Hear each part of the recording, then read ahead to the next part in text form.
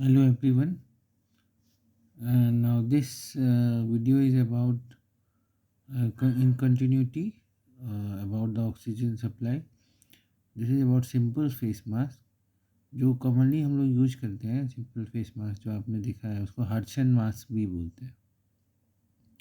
आपने देखा होगा यूजुअली इसमें हम लोग ऑक्सीजन फ्लो 4 लीटर से ज़्यादा रखना होता है. 4 से 10 लीटर 15 लीटर तक हम लोग जाते हैं. अब इम्पोर्टेंट है कि 4 लीटर से ज़्यादा क्यों चाहिए, क्योंकि जो मास्क होता है उसके अंदर जो स्पेस है वो डेड स्पेस की तरह होता है.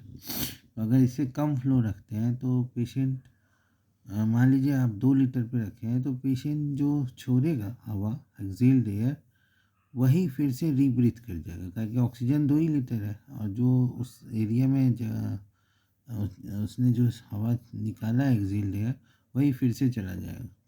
इसीलिए 4 लीटर से ऊपर रखने से जो एक्सेल्ड एयर है वो यूजुअली इनफ्लो नहीं होगा. तो एक इम्पॉर्टेंट चीज़ है कि 4 लीटर से ऊपर होना चाहिए. दूसरा कि नेजल कैनुला में हम 20 से 40% तक ऑक्सीजन कंसनट्रेशन दे पाते थे, लेकिन इसमें हम लोग 40 से 60% तक दे सकते हैं.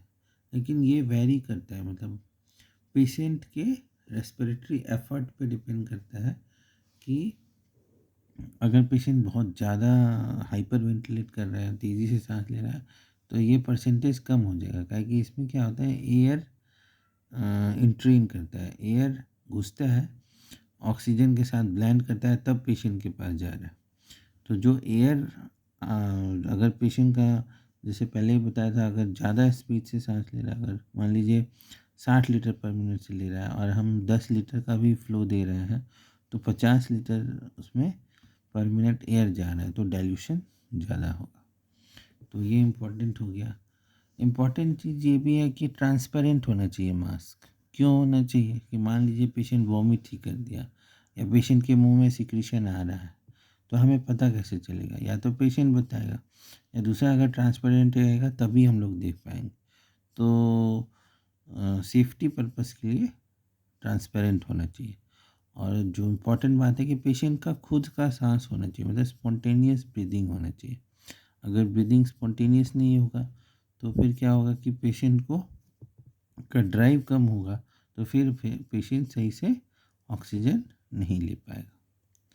अब इसी का मॉडिफिकेशन 3 तरह से हुआ है. एक है कि एक वेंचुरी मास्क आता है, जो सिंपल फेस मास्क में जब वेंचुरी प्रिंसिपल पे बेस्ड है. इसमें इस तरह से डिज़ाइन बनाया गया है कि एक ख़ास फिक्स कंसंट्रेशन पे ऑक्सीजन जाए, कि 40% ऑक्सीजन देना है या 50%. उसके अलग अलग डिज़ाइन का आता है जो उस मास्क से हम कनेक्ट कर सकते हैं. दूसरा चीज़ है पार्शियल रीब्रीदर मास्क. इसमें क्या है कि हम लोग 6 से 10 लीटर पर मिनट का फ्लो दे सकते हैं और इसमें हम लोग 60 to 80% तक का ऑक्सीजन कंसंट्रेशन अचीव कर सकते हैं. पार्शियल इसलिए कि इसमें जो पहला 150 ml जो मास्क में एयर बचता है, ऑक्सीजन जो रहता है, जो यूटिलाइज नहीं होता है एक्सचेंज में, वो फिर से इसमें रिजर्वायर बैग में जमा हो जाता है.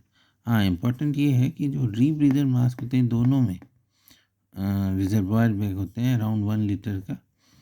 तो पार्शियल में यही होता है कि जो डेड स्पेस में जो मास्क में ये ऑक्सीजन जमा था, जो एक्सचेंज में भाग नहीं लिया है, वो फिर से रिजर्वायर बैग में आ जाएगा. मतलब इसमें टू वे वाल्व होते हैं, मतलब जब रिजर्वायर बैग से ऑक्सीजन जा भी रहा है और जो जब वो छोड़ता है पेशेंट सांस, तो वो रिटर्न होके फर्स्ट 150 ml इसमें आ भी रहा है. जबकि नॉन रीब्रीदर मास्क में एक तो ऑक्सीजन फ्लो 10 से 15 लीटर पर मिनट देना होता है. इसमें आप इवन 90% टू 90% और इवन 100% तक ऑक्सीजन कंसंट्रेशन परसेंटेज अचीव कर सकते हैं. इसमें भी वही रिजर्वायर बैग होता है 1 लीटर का. लेकिन इसमें क्या होता है कि ये टू वे वाल्व नहीं है. इसमें जब पेशेंट सांस लेगा तो रिजर्वायर बैग से ऑक्सीजन जाएगा, लेकिन जब वो सांस छोड़ेगा तो मास्क के दोनों तरफ वाल्व लगे होते हैं, जो एक्सेल वाल्व है जो निकल जाता है। तो ये कंप्लीटली सिर्फ ऑक्सीजन प्रोवाइड करते हैं। इम्पॉर्टेंट ये है कि ऐसे मास्क सेफ्टी पर्पस से थोड़े से ये ध्यान रखना है तो कंटिन्यूअस ऑक्सीजन सप्लाई रहे, क्योंकि इसमें एयर एंटर करने के चांस नहीं रहते हैं, तो सफोकेशन हो सकता है अगर ऑक्सीजन सप्लाई रुक जाए। तो ये मास्क के बारे में होगा, और नेक्स्ट क्लास में हम लोग वेंचुरी प्रिंसिपल के बारे में बात करेंगे। Okay, thank you.